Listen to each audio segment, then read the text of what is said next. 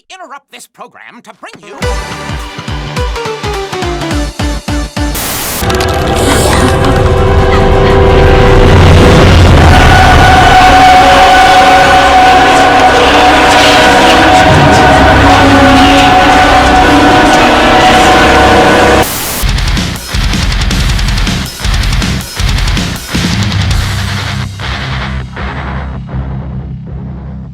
All right, everybody, welcome back to another episode of The Real Review. My name's Kevin. My name is Adam. And it's October, so you know what that means. Real Terror Month. Real Terror Month is this month where we take a look at all your favorite horror movies, giving us our thoughts. And today, ladies and gentlemen, we've come to the end of a journey. Talking about, to now, what is the final film in the Evil Dead franchise, 2013's Evil Dead. 5 friends head to a remote cabin where they discover a book of the dead leads them to unwittingly summon up demons living in the nearby woods. Adam, I'm going to start off this review saying this. Okay, I don't know what's going to happen going forward, so I'm a little nervous, but I want to say something. I think we've been conditioned up until now to think, whenever you hear the word remake, reimagining, it's always negative. Right? Wouldn't you agree? Like any kind of social discourse, whatever the case is, I think Evil Dead is a successful attempt at that formula, and in some ways even surpasses the original, in my opinion. I love 2013's Evil Dead, and it is up there as one of my favorite modern horror movies. Adam, what do you think as being a beloved fan of this franchise? It's really weird to say it, but I was thinking the entire time, I was like, this feels like if Sam Raimi was given that budget, like what he was going for with that first movie. Right. That's kind of the vibe I was getting the entire time. And I was like, this is wild. This is crazy. I can't believe how good this movie is. It's really funny. It's really funny how well it actually like lands. Right. So let's talk about it. So Evil Dead is a reimagining. I don't want to say of Evil Dead 2 or Army of Darkness. I think those movies can kind of go their way, and that those are Sam Raimi's films. This movie is a reimagining of the first The Evil Dead. It takes everything we knew and loved from that original movie, ramps up the budget, and in a lot of degrees modernizes all of the horror in an extremely unsettling, successful way. Yeah. I don't cringe much in movies. I really don't. I think I'm very desensitized to a lot of gore, a lot of violence. Like nothing really bothers me, especially when I could be like, oh, well, that's a movie. This is like the effect that they did. I can't do that in this movie. I really cringed a lot. The horror is by far disgusting, realistic. Visuals in this movie are very unsettling. Some of the effects from the first movie, they're okay. They work for the time, but just to kind of see them modernized with today's standard of horror, right? I don't know. And we're not talking like CGI effects. This movie really doesn't have much, if any, CGI that I can notice. I mean, there's a couple things maybe here and there, obviously, are enhanced or whatnot, but the visual makeup effects are just gross and unsettling to a degree where I was impressed. I found myself going, wow, that's really good. Let's talk about the plot. So the plot, they actually find a reason why we're going into the woods other than just to party, which I can appreciate. Number one, I think that adds a little bit of emotion to this movie. Mia, she has a drug problem, so her friends and her brother, David, they take her to this cabin in the woods, a family cabin where she can go detox, right? They want her to go through withdrawal so she can finally get off drugs, be there as a support group. So that's why they're isolating themselves in this cabin. Mia becomes the Cheryl of the group, where she becomes possessed by the Deadite after the Necronomicon's found in the cabin. And that's when all hell breaks loose and this movie goes absolutely crazy. You know, David at first is almost going to be the pseudo Bruce Campbell of the movie. This movie does subvert expectations with that, which we'll talk about a little bit later. But I really have to give it to Mia. The girl who plays Mia, Jane Levy, she's a phenomenal actress. She creeped me out in all kinds of ways I didn't know was possible in this movie. Whether it was her sheer terror facial reactions when something was happening, or just when she actually is possessed. She definitely has the creep factor going on. And a lot of that has to do, again, I think the makeup work is phenomenal. Her possession and some of the other friends when they become possessed down the line. I like how the movie does this. The original Evil Dead, it seemed like it kind of just all happened at once. and everything kind of like just shit hit the fan and that was the end. This movie kind of takes like a slower build up to it. Like I think like each friend we see like possessed one by one at a time, and you see like all these different scenarios and terrible things are happening to them right till we get to the action-packed climax, which I think is very, very cool, and we're going to talk about. What do you think worked ultimately better in some ways than the original in this movie? I liked that a lot of the characters were more fleshed out. The whole story, like there's actual reason for them being there, not just that's a good idea. Yeah. Just so happen across this cabin. Let's go hang out in there. Like there was an actual story to it. Right, there is, and I think that's one of the big things too. When you have a small cast like this stuck in seclusion, you want to make sure you care about all the characters. And I did find myself actually caring. Like, oh shit, like that's not fair. Absolutely. Like David brought his girlfriend. She was just trying to be there to be supportive, and here she is getting possessed and chopping her own hand off in the sink with a turkey cutter. And not even just the gore, the way it's shot is phenomenal. Like, this is a beautiful horror movie. I find myself seeing a lot of more modern horror movies, like embracing some of the stepping stones, if you will, that Sam Raimi kind of placed in the beginning. But the director here, Fede Alvarez, he really shows a unique vision to everything that's happening. We talked about in the previous reviews where we had the girl under the door, whether it was Evil Dead 2, she was trapped under the door, or Sherry, she's trapped underneath the door in the first one. She's like peeking her head out.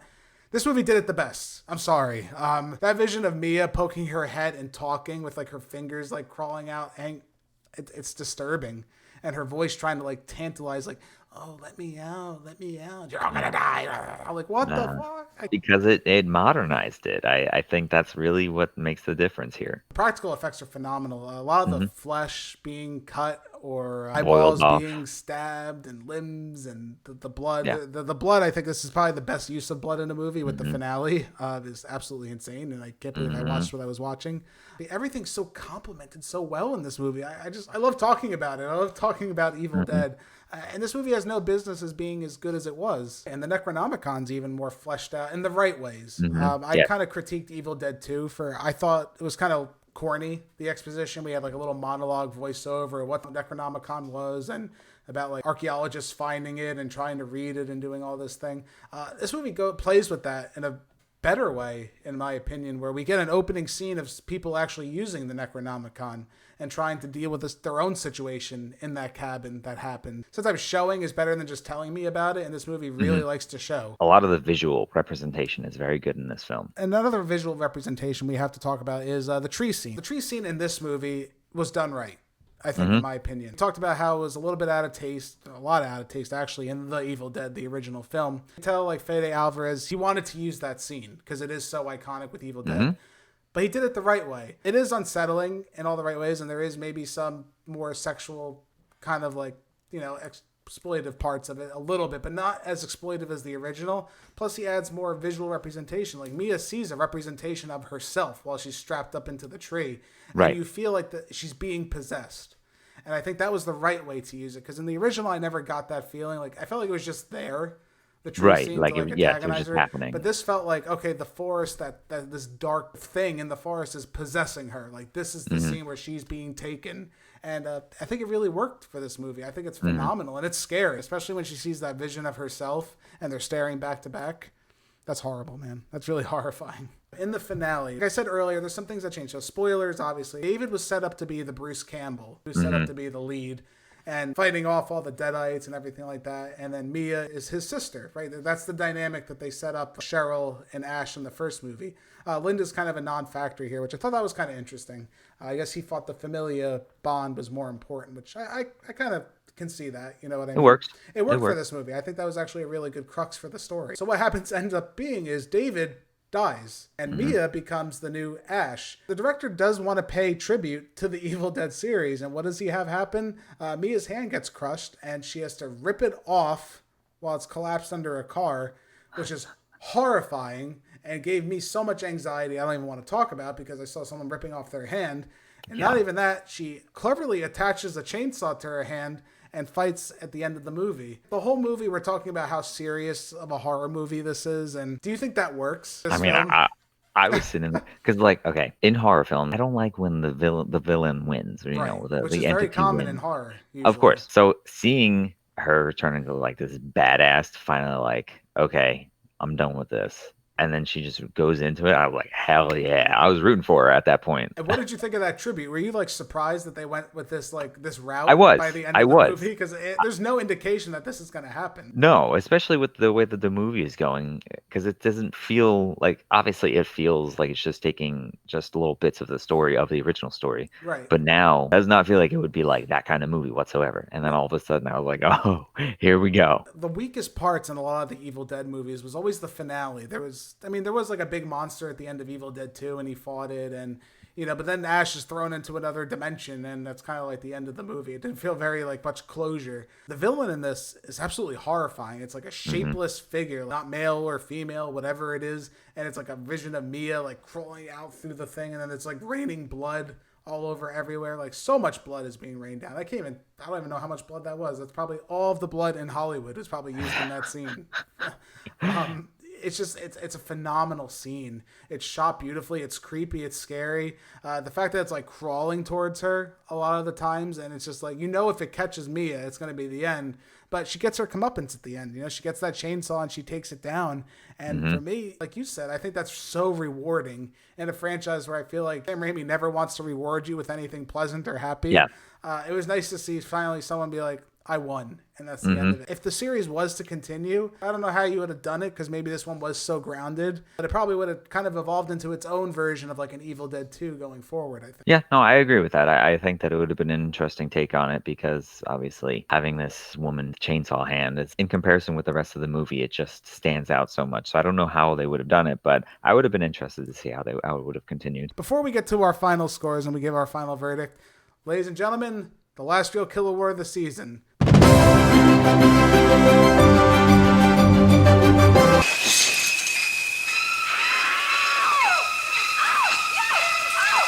Real Kill Award is a special award we give to our favorite horror movie moment in the movie, our favorite kill that we absolutely have to admire. Adam, what was your favorite kill of Evil Dead? I gotta give it to, so the creature at the end is called Abomination. Ooh, love that. I enjoy that last scene. I can't get over it.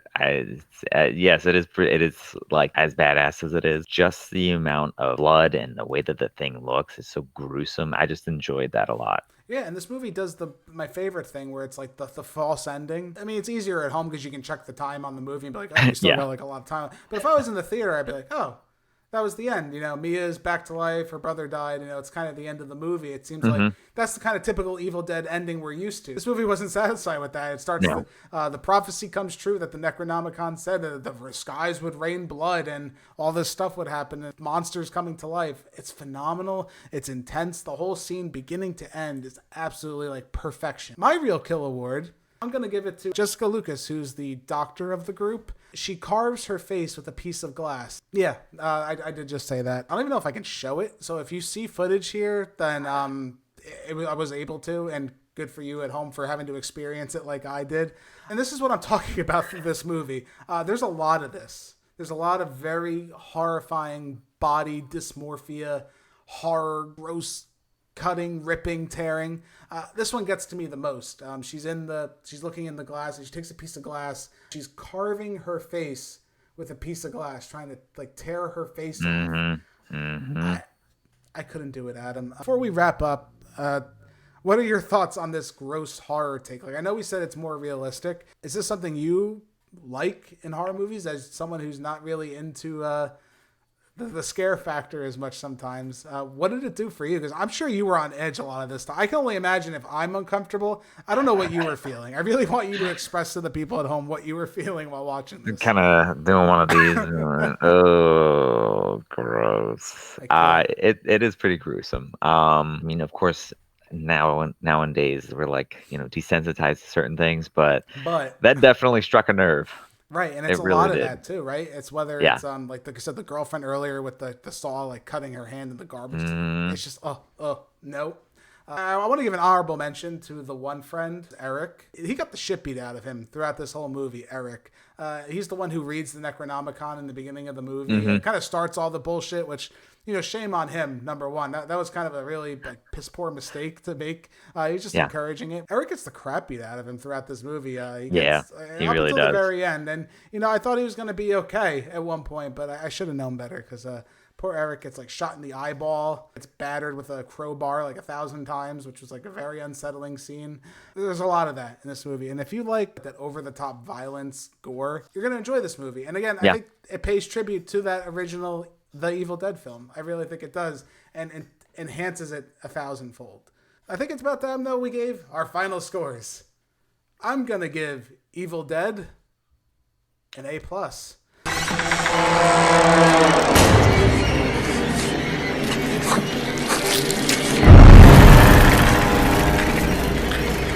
I find myself, and I know this is very controversial, and I don't know how this is going to come across. I think this is the best Evil Dead movie. And it's tough. It's tough for me to say that because what I look for in an Evil Dead movie might be different than what somebody else is looking for in an Evil Dead movie. I'm looking for that horror factor. I'm looking for the unsettlingness, the beautiful cinematography, everything that Sam Raimi tried to do in the original film, which he did very well. And I still, again, we've said here in this review, we've talked about how great and fantastic it is. It still is upheld, but this movie takes it one step further, and I dare say I think it perfects it. I think this is a near perfect horror movie. I really tried to sit here and find things I didn't enjoy about this movie. And sure, maybe there's some horror cliches and it's a bit predictable, but at the end of the day, I think it circumvents a lot of that with just being so well done. You know, just because you can predict a movie and maybe you can see where it's going to some extent, that doesn't make it a bad movie if it's extremely well done. And I think Evil Dead is what we want a remake / whatever it is, reimagining, whatever you want to call it. This is what we want out of a movie. This might be like the cream of the crop for what people need to achieve as far as when they're reimagining something, paying tribute to it, changing it up, making it better, making it more engaging. Adam, where do you stand with this film? I am going to give it an A.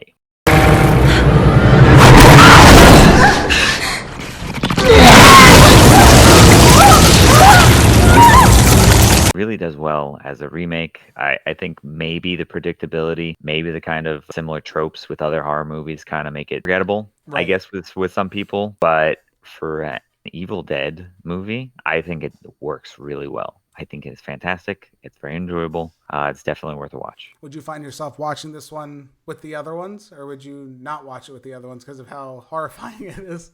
No, they are different. They're just they're just completely different, I don't know, universes, I guess. But I think it works for the Evil Dead series, just not together. I agree. I think they are different. Like, if I were going to watch the originals, I would just straight up watch the original 3, and that would be it. That's also kind of unique, too. This whole franchise, I like reflecting back on what we've talked about. Yes. It's so unique. I'm glad with what we watched, and it was an awesome, like, history lesson in filmmaking, just to be a part of this and see how something's evolved and how someone else was clearly in love and inspired by a franchise to make a movie just as good, if not better, in some regards to the original. Yeah, absolutely. It was. It's definitely a fun ride. Yeah, and thank you guys so much for joining us. It's been an awesome series, these 4 videos. We'll catch you next month when we got some new content coming out for you. But in the meantime, happy Halloween from The Real Movie Guys. We'll see you next time. Bye. If you guys like what you've seen here today, consider giving this video a like and leaving your thoughts in the comments below. If you want to stay up to date with everything Real Movie Guys related, make sure to hit that subscribe button and check us out on Instagram, Twitter, and Facebook. And don't forget, all you audio listeners at home, we are available on many podcasting platforms. Just search The Real Movie Guys, we should pop right up. Thank you again all so much for joining us on this episode of The Real Review. We are The Real Movie Guys. Real guys, real movies, real thoughts. Catch you next time. Thank you guys so Groovy.